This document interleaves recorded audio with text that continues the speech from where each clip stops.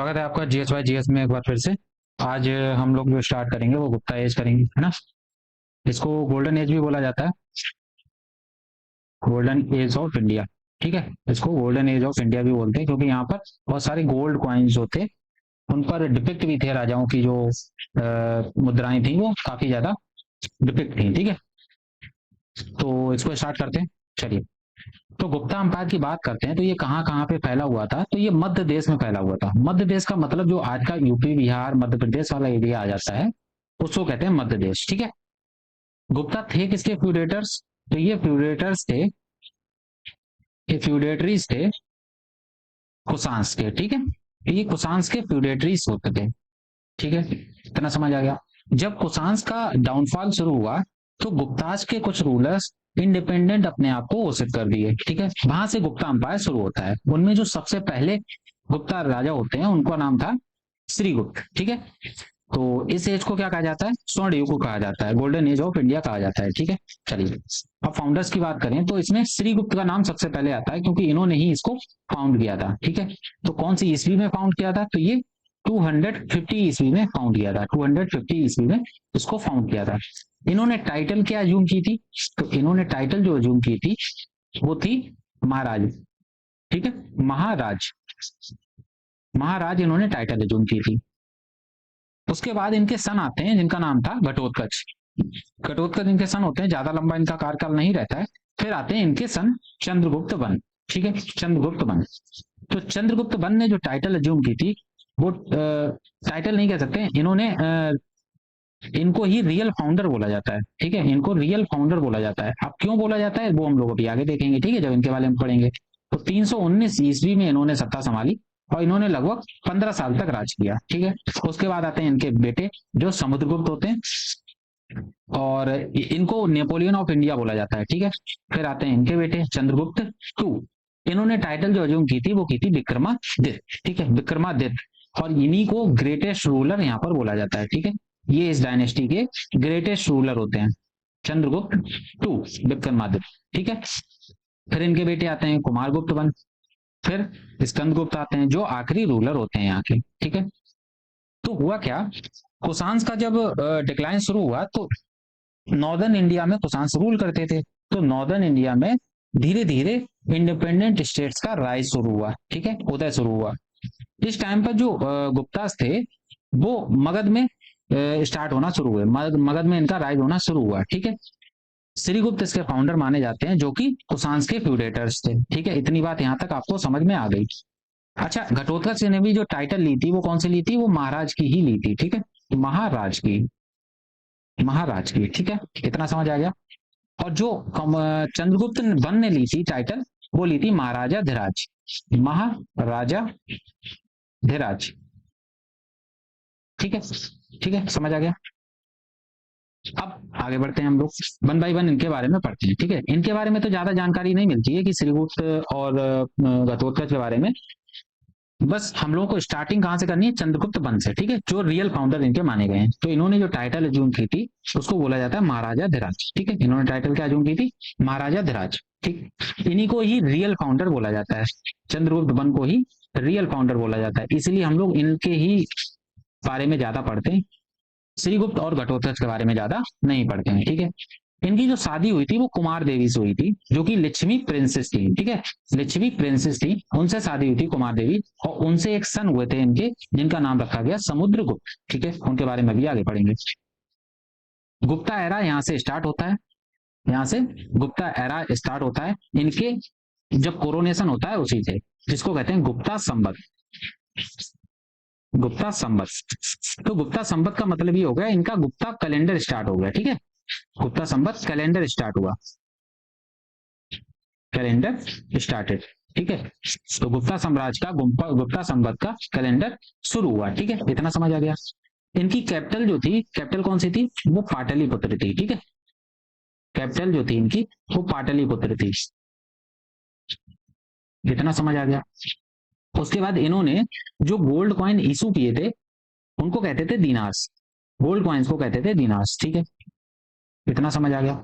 उसके बाद बहुत सारे जो गोल्ड कॉइन्स थे गुप्ताज में जो स्टार्ट हुए थे वो बहुत सारों में चंद्रगुप्त वन ने ही स्टार्ट किए थे। ठीक है, चंद्रगुप्त वन ने ही स्टार्ट किए थे। इतना हो गया। ये सारे गोल्ड कॉइन्स हैं, आप देख सकते हैं इनमें। ये जैसे गॉडेस लक्ष्मी है, और ये क्या है, ये धनुष और बाण लेके खड़े हुए हैं। ठीक है, आगे बढ़ते हैं। अब इनके बाद जो राजा आते हैं उनका नाम होता है समुद्रगुप्त।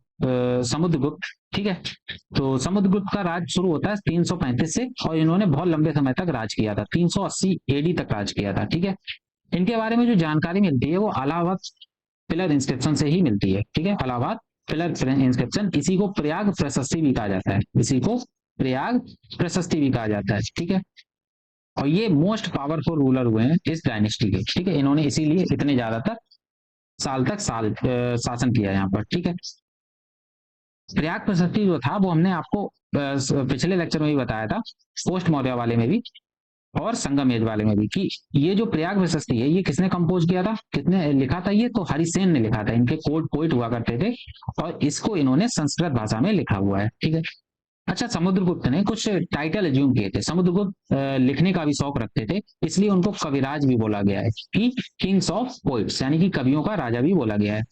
इनको परम भागवत से भी नवाजा गया है, परम भागवत इन्होंने टाइटल एज्यूम की थी। फिर आते हैं सर्वराज उच्छेता। तो सर्वराज उच्छेता भी इन्होंने टाइटल एज्यूम की थी। सर्वराज उच्छेता का मतलब होता है अपरूटर ऑफ ऑल किंग्स, यानी सभी राजाओं का विनाशक। ठीक है, इन्होंने इतनी ज्यादा अपनी एक्सपीडिशन की थी हर एक डायरेक्शन में, और इन्होंने काफी लंबा अपना राज चलाया भी था।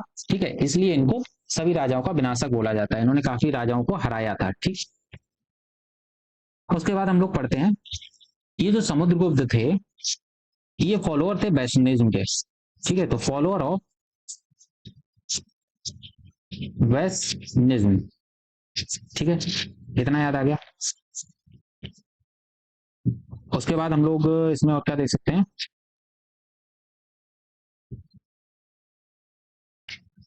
आगे देखते हैं।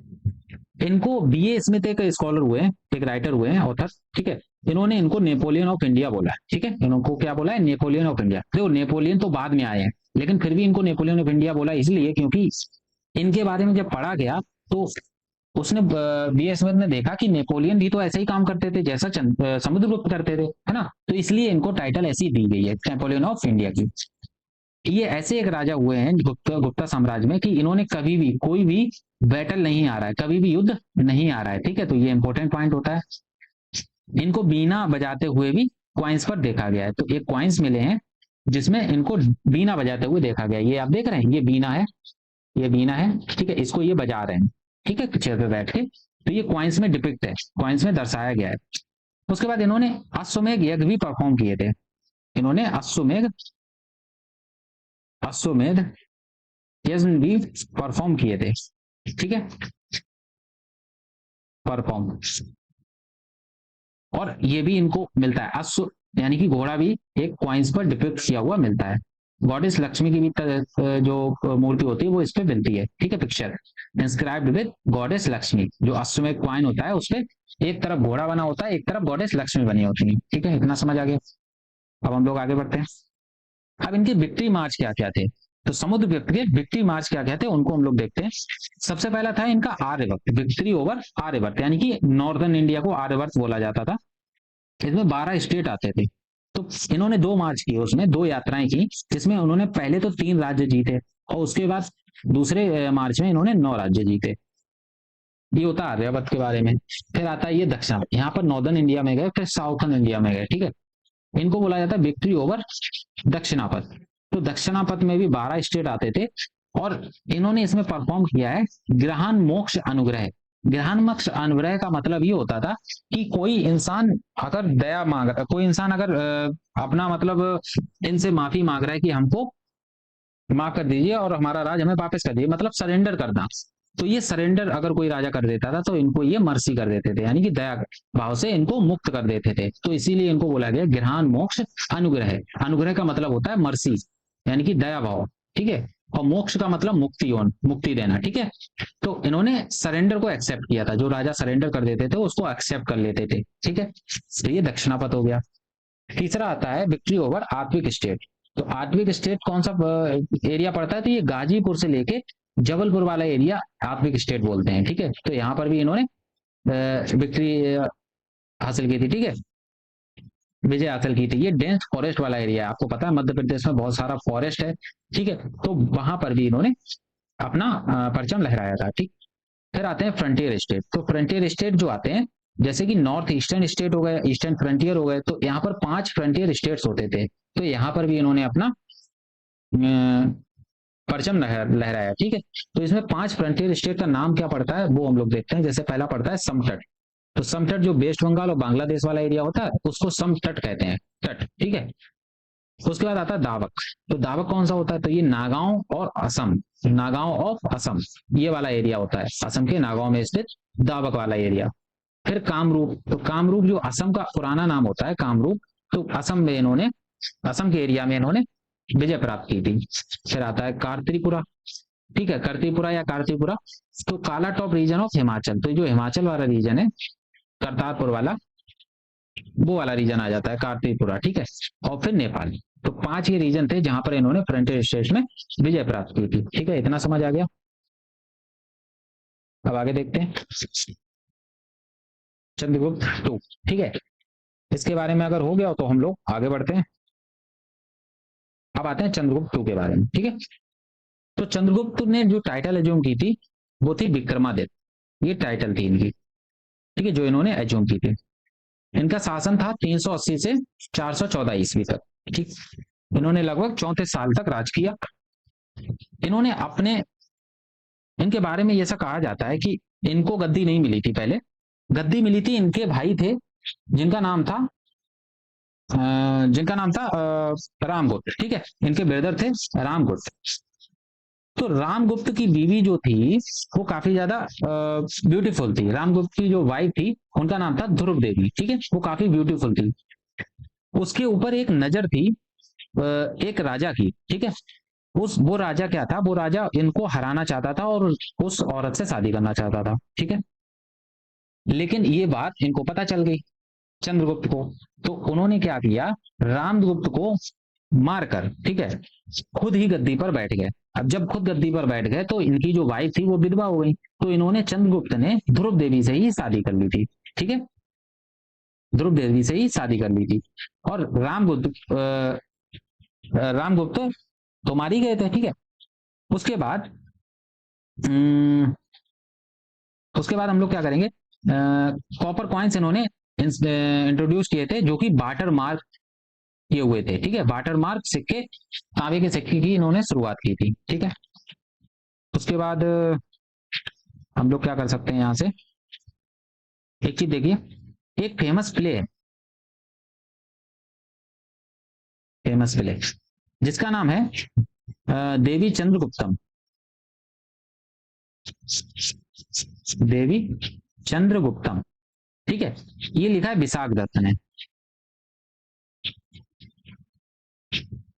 विशाख दत्त ने इनको, विशाख दत्त ने ये लिखा है। ठीक है, उसके बाद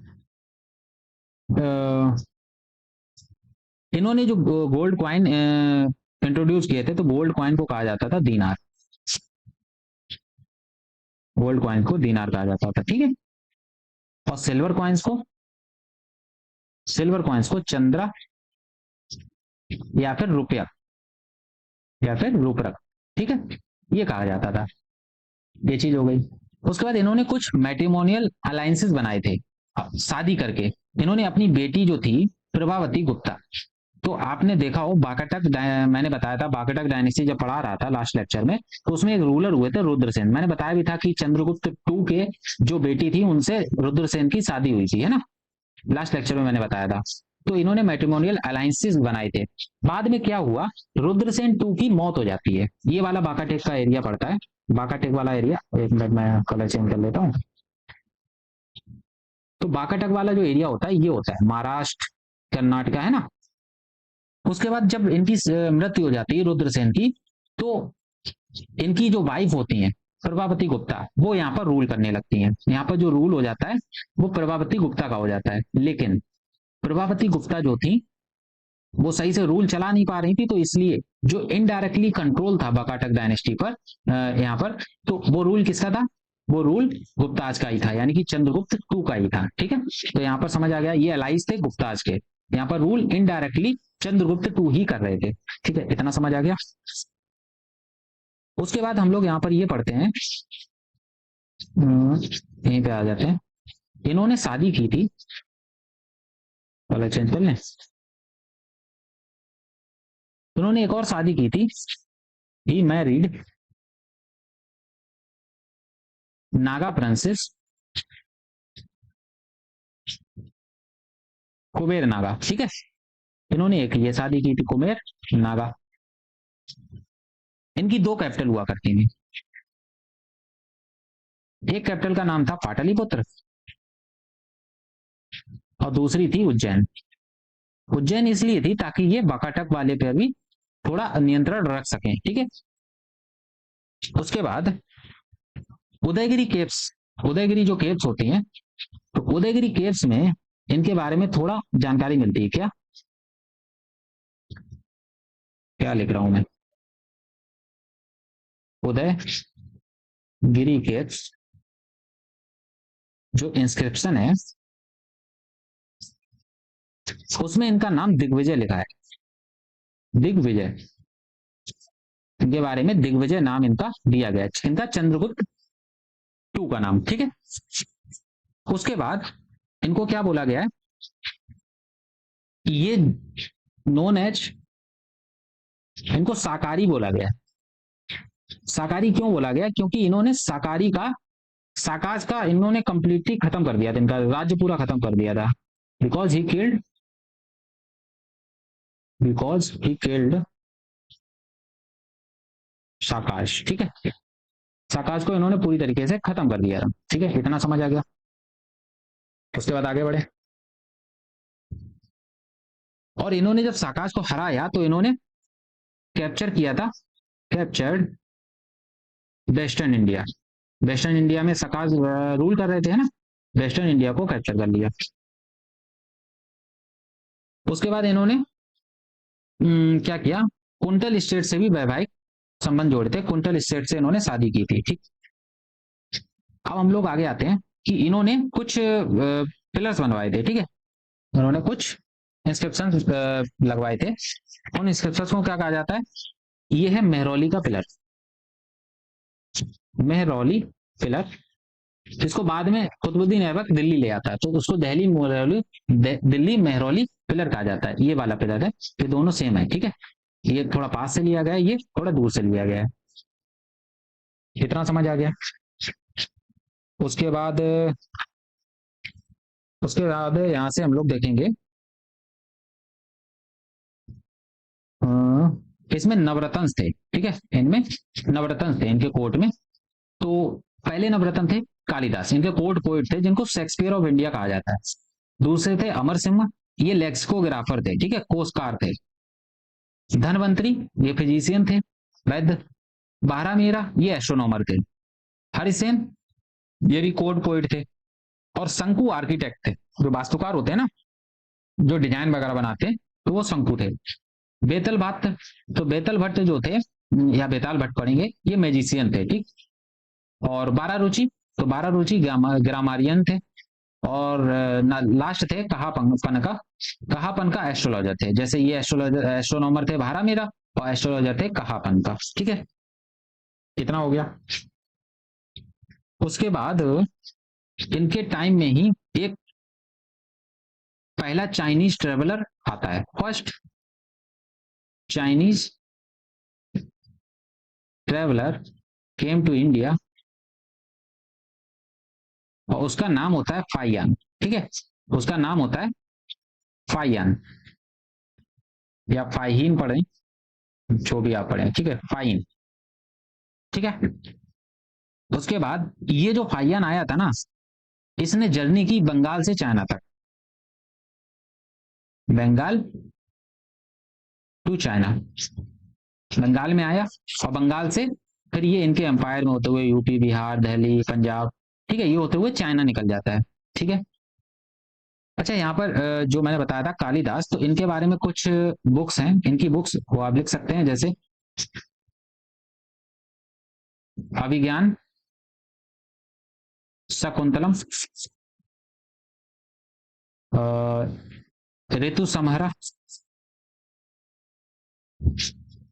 और लिख सकते हैं मेघदूत, इन्होंने ही लिखी है, रघुवंश, ये सारी बुक्स आई हुई हैं, ठीक है। माल विकाग्नि मित्रम, माल विकाग्नि विकाग्नि मित्रम, ठीक है। और कुमार संभावम,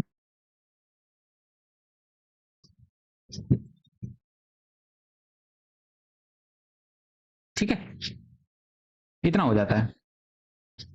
अब इसके बाद हम लोग आगे बढ़ेंगे।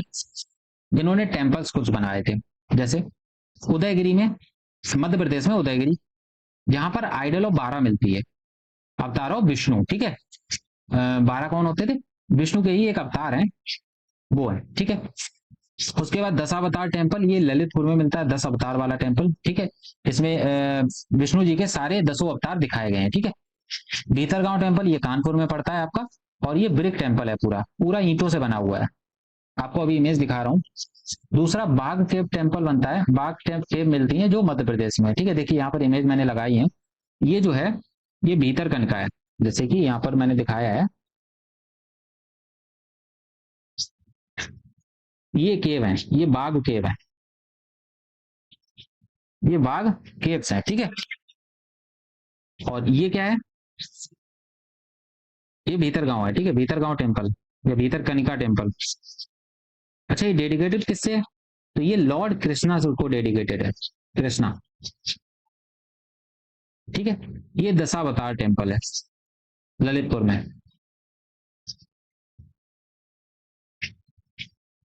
ये कहाँ पड़ता है? ये ललितपुर में पड़ता है। ललितपुर में भी एक जगह है देवगढ़, वहां पर पड़ता है, ठीक है। उसके बाद इस भीतर गांव को ही हम लोग ब्रिक टेम्पल भी कहते हैं, क्योंकि ये पूरा का पूरा ईंटों से ही बना हुआ है, ब्रिक टेम्पल, ठीक है, सबसे पुराना ब्रिक टेम्पल। उसके बाद यहाँ पर ये तो हो गया टेम्पल आर्किटेक्चर कैसा था इनका। अब आगे बढ़ते हैं, अब हम लोग आते हैं कुमारगुप्त के ऊपर, ठीक है। तो कुमारगुप्त ने जो शासन किया है वो 415 एडी से 455 एडी, यानी लगभग 40 साल इन्होंने शासन किया है। ये चंद्रगुप्त टू के ही बेटे थे। इन्होंने हूना इन्वेजन, अब हूना कौन थे? तो हूना जो थे, इनका डिक्लाइन जो था ना, गुप्तास का डिक्लाइन, वो हूना इन्वेजन की वजह से ही होता था। ये साउथ वेस्टर्न एरिया से आए थे, और हूना का इन्वेजन इन्होंने स्टार्टिंग में सीन किया, ठीक है। कुमारगुप्त वन ने ही नालंदा यूनिवर्सिटी की फाउंडेशन रखी थी। तो ये क्वेश्चन इस बार बन सकता है, क्योंकि नालंदा यूनिवर्सिटी का रिसेंटली में दोबारा से पुनरुद्धार हुआ है, यानी कि दोबारा से ओपनिंग हुई है। क्वेश्चंस आ चुके हैं वैसे भी, नालंदा यूनिवर्सिटी से रिलेटेड क्वेश्चंस पहले से भी आ चुके हैं। अब इनके बारे में और क्या जानकारी मिलती है वो हम लोग देख लेते हैं। जैसे जो कुमारगुप्त थे, जस्ट अ मिनट,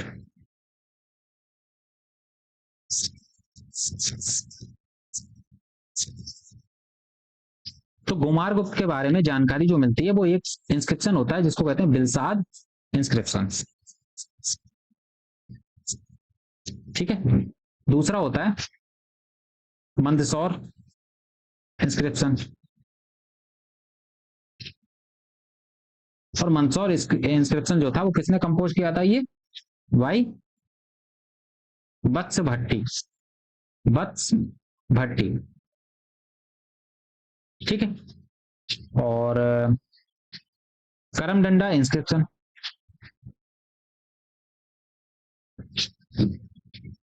करमडंडा इंस्क्रिप्शन, करमडंडा अभिलेख, ठीक है। और इन्होंने जो टाइटल एज्यूम की थी, तो टाइटल आप लिख लीजिए। तो इनकी जो टाइटल थी वो थी शक्र आदित्य, शक्र आदित्य और महेंद्र आदित्य,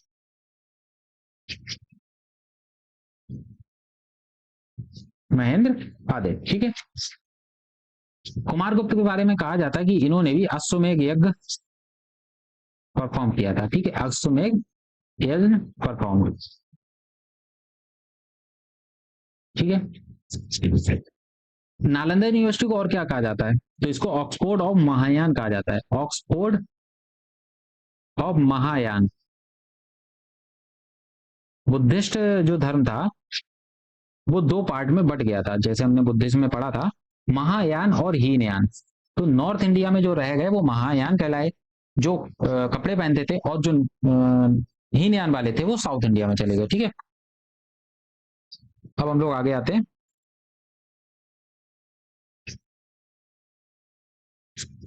इसमें हम लोग अब इनके आगे वाले में पढ़ते हैं जो स्कंद गुप्त है। ठीक है, अब स्कंद गुप्त जो थे वो कुमार गुप्त के बेटे थे।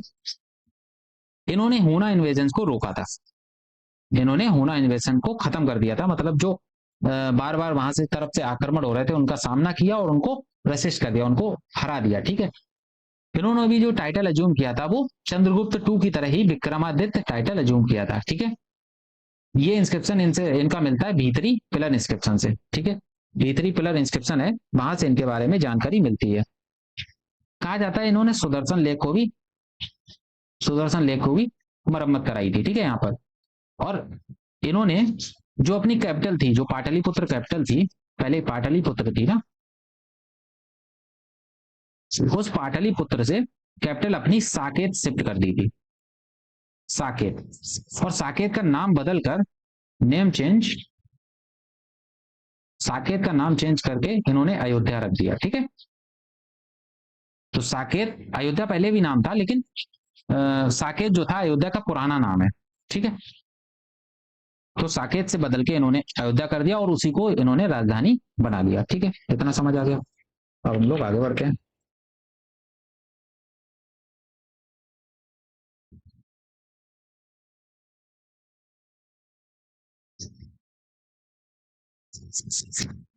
इसके बाद कुछ इनके सक्सेसर हुए हैं, कुछ इनके सक्सेसर हुए हैं, जैसे यहां पर पढ़ते हैं। इनके सक्सेसर थे बुद्धगुप्त, सक्सेसर्स ऑफ स्कंदगुप्त। ठीक है, तो उनमें पहला नाम आता है बुद्धगुप्त का। ठीक है, फिर आते हैं कुमार गुप्त टू, कुमार गुप्त टू। फिर आते हैं भानुगुप्त, फिर आता है विष्णुगुप्त,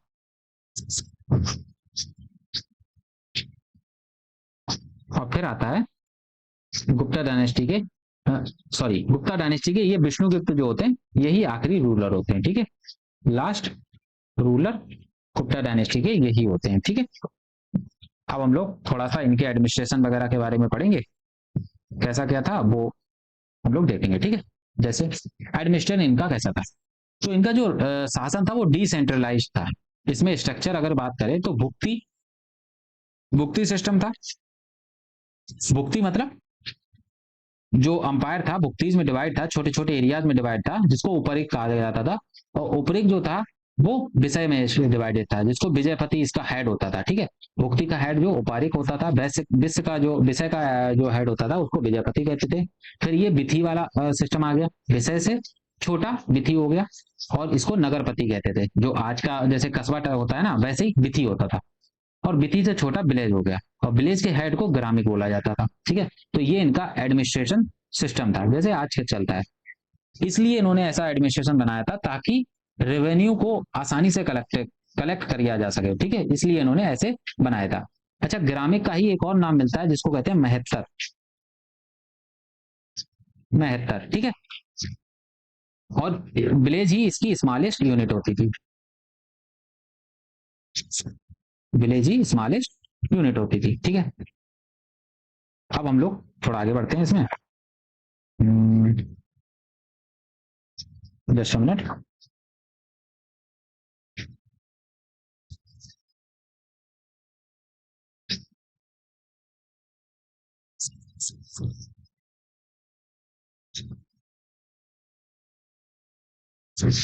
हाँ, अच्छा एक चीज और यहाँ पर देख लीजिए, ये जो भानुगुप्त के बारे में जानकारी यहाँ पे है, भानुगुप्त के बारे में एक चीज लिख लीजिए आप।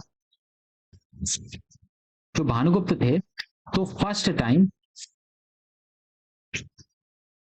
एपिग्राफिक एविडेंस ऑफ, इनसे मिले हैं यहाँ से सती प्रैक्टिस के। ठीक है, यानी कि इनके टाइम में सती प्रैक्टिस होती थी। Is found in Eran inscription. इसके बारे में पता कहां से चला? तो ये एरन इंस्क्रिप्शन है, वहां से हमें पता चला कि सती प्रैक्टिस उनके टाइम में होती थी। ठीक है, इतना समझ आ गया? चलिए अब आगे बढ़ते हैं, इंपोर्टेंट ऑफिसर्स के बारे में पढ़ते हैं। तो इनमें कुछ इंपोर्टेंट ऑफिसर्स होते हैं, जिनमें पहला आ जाता है कुमार अमित, ये प्रोविंशियल ऑफिसर होते थे। फिर आ जाता है महादंडनायक, जो कि जस्टिस ऑफिसर, यहाँ से दंड नायक से आपको समझ आ रहा होगा जस्टिस ऑफिसर होगा। संधि विग्रहता, यानी कि वॉर और पीस से रिलेटेड थे। संधि किससे करेंगे? जब युद्ध हो जाएगा तभी तो संधि करेंगे, यानी कि संधि का मतलब होता है किसी से समझौता करना। ठीक है, नगर श्रेष्ठी यानी कि बैंकर, नगर श्रेष्ठ का मतलब बैंकर। ठीक है, ये हो गया। उसके बाद कुछ और लिख लीजिए यहाँ पर, जैसे महा बालाधिकृत, ये कमांडर होता था, ये कमांडर होता था। ठीक है, उसके बाद महा साक्ष्यपातलिक, ये बार एंड ट्रिटी, ये अकाउंट डिपार्टमेंट से रिलेटेड था। ठीक है, अकाउंट डिपार्टमेंट हेल्ड करता था। उसके बाद अग्रहिक, अग्रहरिक, ये चैरिटी डिपार्टमेंट को हेड करता था। ठीक है, चैरिटी डिपार्टमेंट का हेड था। उसके बाद ट्रेजरी ऑफिसर कौन हुआ करता था? तो उसका कहते थे भंडारगर, भंडारगर धीखरिक, ये कहते थे ट्रेजरी ऑफिसर को। ठीक है, और लास्ट लिख लीजिए सॉलिक, सॉल्किक, ये लैंड टैक्स ऑफिसर था, लैंड टैक्स ऑफिसर, ये वसूलता था। ठीक है, तो ये चीजें आप याद रख लीजिए, और इस पे आगे हम लोग आएंगे। कुछ टाइप ऑफ लैंड टैक्स थे। ठीक है, टाइप ऑफ लैंड थे। पहला था क्षेत्र, क्षेत्र मतलब जो खेती करने योग्य भूमि होती है, कल्टीवेटेड लैंड होता है, उसको क्षेत्र कहते थे। फिर आते थे खिल, खिल मतलब बंजर भूमि को कहते थे, बेस्ट लैंड जो होता था, बैरन लैंड होता था। फिर आता था अपरहता, अपरहता मतलब जो अनकल्टिवेटेड लैंड होता है, जिसको कल्टीवेट करने के बाद छोड़ दिया जाता था कुछ समय के लिए। फिर आता था बस्ती, तो बस्ती जो रहने योग्य जगह होती थी, भूमि होती थी, बसी हुई भूमि, उसको बस्ती कहते थे।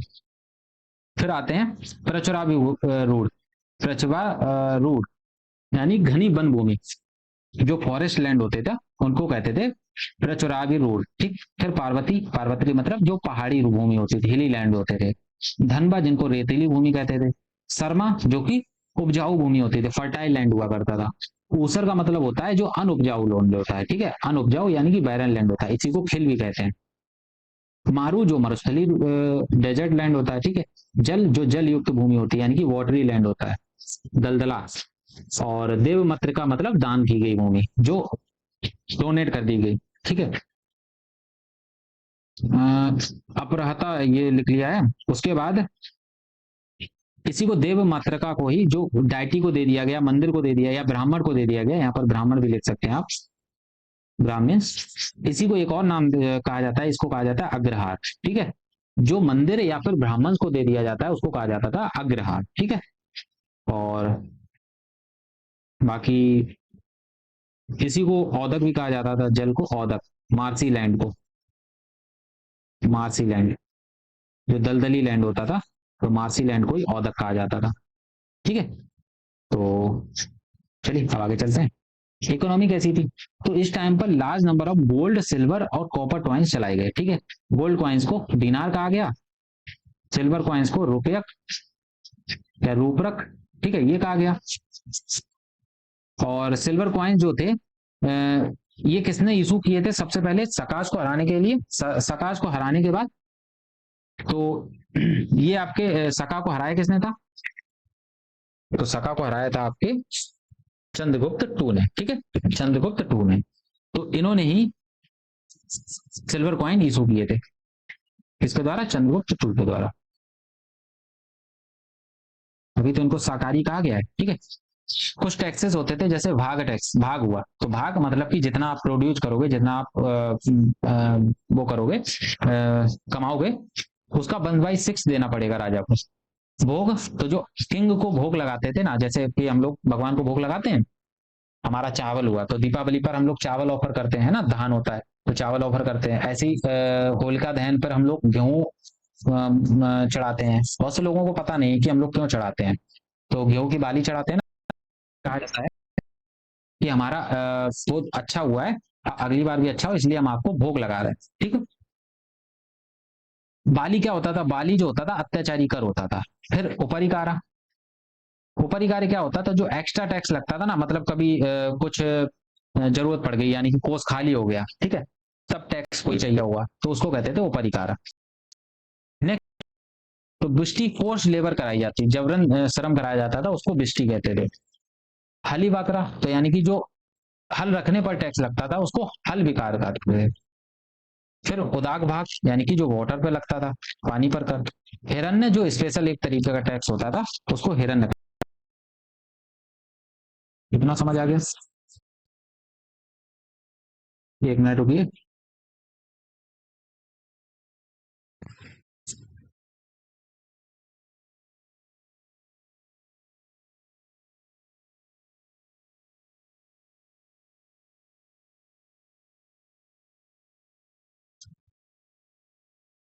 अब हम लोग आगे बढ़ते हैं, ठीक है। मिलिट्री प्रैक्टिसेस, तो मिलिट्री प्रैक्टिसेस को सेना भक्तम कहा जाता था, ठीक है।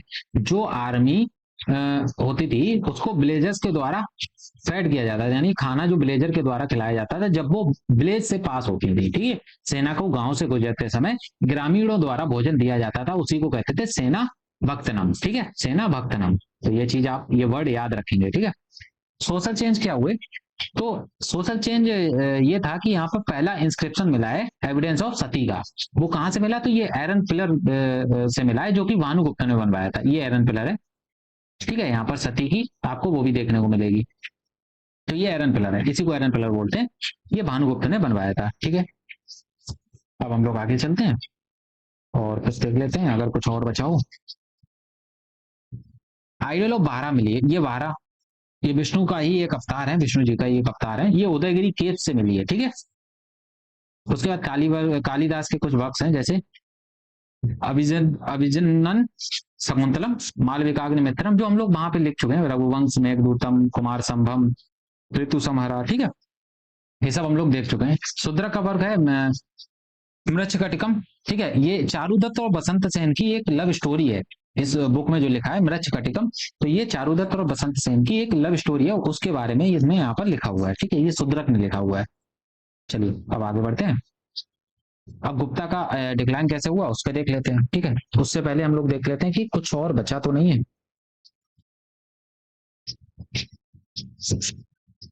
यहाँ पर कुछ पॉइंट्स हैं, उनको आप लिख लीजिए जो बचे हुए हैं। मिसलेनियस पॉइंट्स हैं, जैसे ग्रुप ऑफ मर्चेंट्स को क्या कहा जाता था? ग्रुप ऑफ मर्चेंट्स, या फिर व्यापारियों का, व्यापारियों का समूह, ठीक है। तो यहाँ पर किस, इसको क्या कहते थे? इसको श्रेणी कहते थे, ठीक है, इसको श्रेणी कहते थे। कमेटी ऑफ ट्रेडर्स के इसको कहते थे, व्यापारियों की कमेटी जो होती थी उसको क्या कहते थे? उसको निगम कहते थे, ठीक है, उसको निगम कहते थे। और इसके हेड को श्रेष्ठ कहते थे।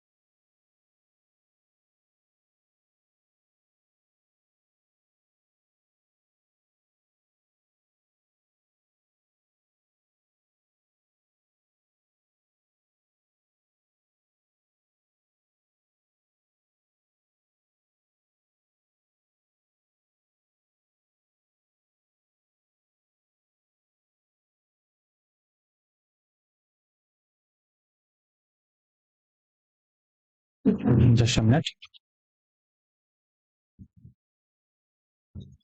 हाँ, तो हम लोग थे।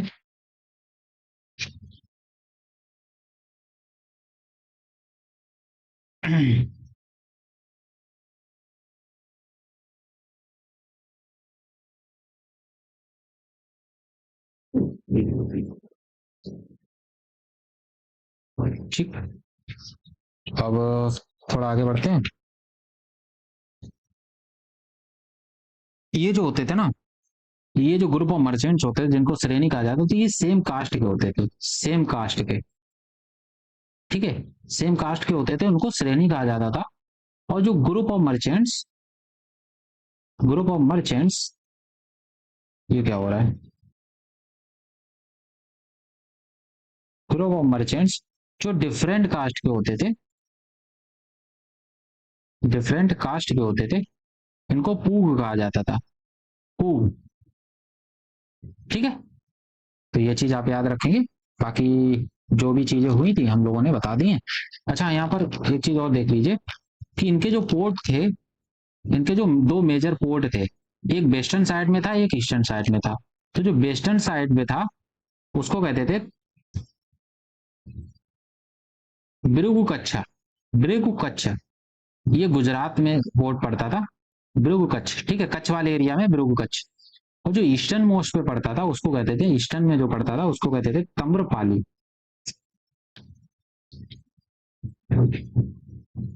ताम्र लिप्ति, ताम्र लिप्ति। ठीक है, ये बंगाल में है। ठीक है, ये बंगाल में पड़ता था। बाकी बात जो भी चीज थी हम लोगों ने इसको कवर कर लिया है। अब हम लोग आ जाते हैं डिक्लाइन ऑफ गुप्ताज पर। तो इनका डिक्लाइन क्यों हुआ? तो एक तो वीक सक्सेसर थे, सबसे बड़ी वजह तो यही थी कि इनके जो सक्सेसर थे वो ज्यादा, बहुत ज्यादा वीक थे। ठीक है, उसके बाद जो एक मेन वजह थी, दूसरी मेन वजह थी जो, एक मिनट।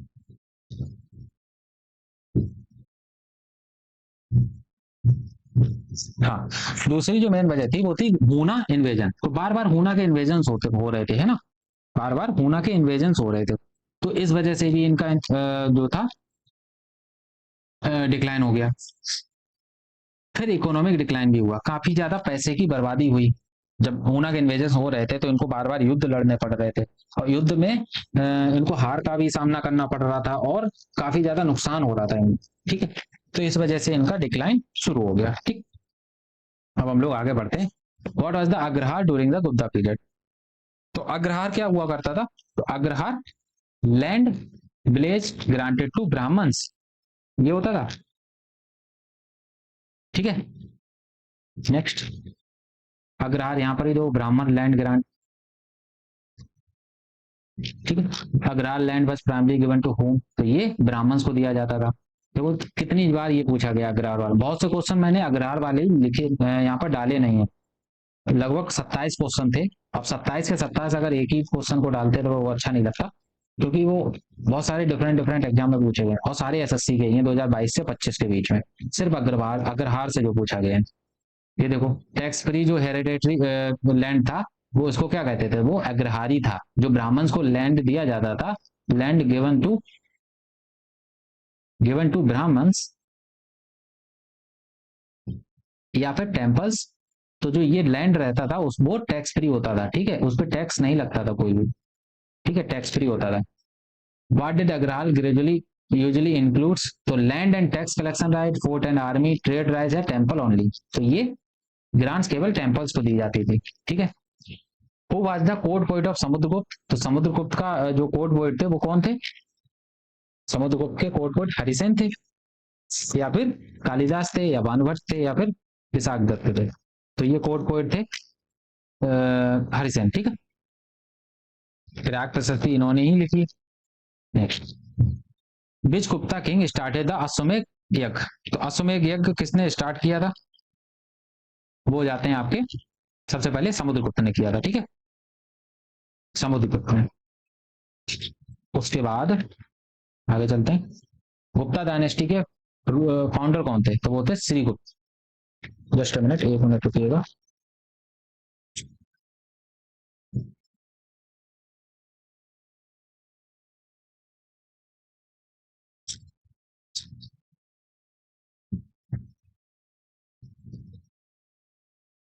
अब ये क्वेश्चन ट्राई कीजिए।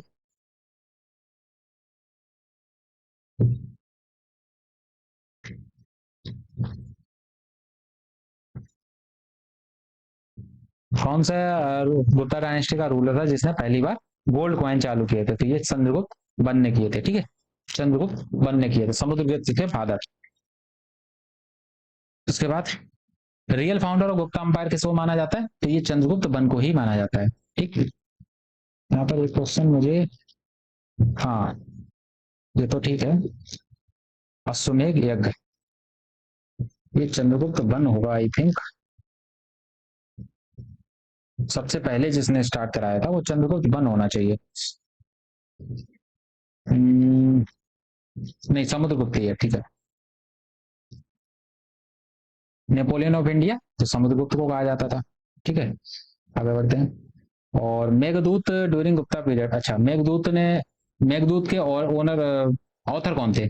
ये कालिदास, कालिदास हो जाएंगे। ठीक है, नेक्स्ट पे बढ़े। उसके बाद कौन सा चाइनीज ट्रेवलर था जो आया था गुप्ता रेन में? तो ये फाइनान आया था। ठीक है, जो हुआन सेंग आया था, तो हुआन सेंग ये हर्षवर्धन के टाइम पे आया था, जो कल हम लोग लेक्चर लेंगे। हर्षवर्धन ये मौखरी डायनेस्टी के थे। ठीक है, तो हर्षवर्धन के टाइम पे आया था। तो उसके बाद मेगास्थनीज, तो ये चंद्रगुप्त मौर्य के टाइम पे आया था, चंद्रगुप्त मौर्य के टाइम पे आया था। ठीक है, ये एम्बेसडर था किसका? Ambassador of Seleucus Nicator. ठीक है, मौर्य डायनेस्टी में पढ़ा था हम लोगों ने। Who among the following was not one of the Navratna of Chandragupta two? देखो, नवरत्न में हमने कालिदास का भी नाम पढ़ा, अमर सिंह का भी नाम पढ़ा है, और धनवंतरी का भी नाम सुना है, बस तुलसीदास का नाम नहीं पढ़ा है। ठीक है, तो यही आंसर हो जाएगा। Iron pillar at Mehrauli was erected by which Gupta ruler? तो आयरन पिलर किसने इरेक्ट कराया था? चंद्रगुप्त टू ने। ठीक है, इन्हीं को विक्रमादित्य के नाम से जाना जाता था, तो उन्होंने ही कराया था। ठीक है, Chandragupta two. What major achievement is attributed to Samudragupta? तो फाउंडेड नालंदा, नहीं, ये तो कुमारगुप्त ने कराई थी। कुमारगुप्त। परफॉर्मिंग अश्वमेध, यस। हुनास को डिफीट करना, नहीं कर सकते। उदयगिरी केव्स, तो उदयगिरी केव्स भी नहीं आएंगी। इन्होंने अश्वमेध यज्ञ परफॉर्म किया था, स्टार्टिंग इन्होंने ही की थी, है ना। और यही आ जाएगा। ठीक है, हुनास को डिफीट तो इन्होंने किया नहीं था, उदयगिरी केव्स भी इन्होंने नहीं बनवाई। ठीक, नेक्स्ट पे आते हैं। विक्रमादित्य किसको कहा जाता है? चंद्रगुप्त टू को कहा जाता है। प्रयाग प्रशस्ति इंस्क्रिप्शन किसने कंपोज किया है? तो ये कोड पोइट थे समुद्रगुप्त के, हरिसेन, उन्होंने ही कंपोज किया है। समुद्रगुप्त को क्या बजाते हुए, क्या क्या घटना चित्रित है समुद्र के कॉइन्स पे? तो ये बीना बजा रहे हैं। ठीक है, बीना प्लेइंग कर रहे हैं।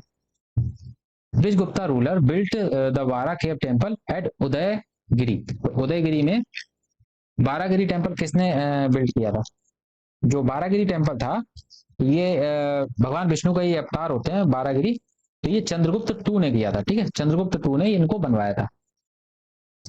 तो ये रहा आपका सेशन आज का। ठीक है, गुप्ता डायनेस्टी खत्म होती है, और आगे जो हम लोग करेंगे, तो वो करेंगे हम लोग, कुछ डायनेस्टी होती है, जैसे संगम एज हम लोग कर चुके हैं ना, और संगम एज के साथ, संगम एज के बाद जो करेंगे वो पोस्ट गुप्ता एज पढ़ेंगे। पोस्ट गुप्ता एज में जैसे डायनेस्टी हो गई, मैत्रक डायनेस्टी हो गई, जिसको हम लोग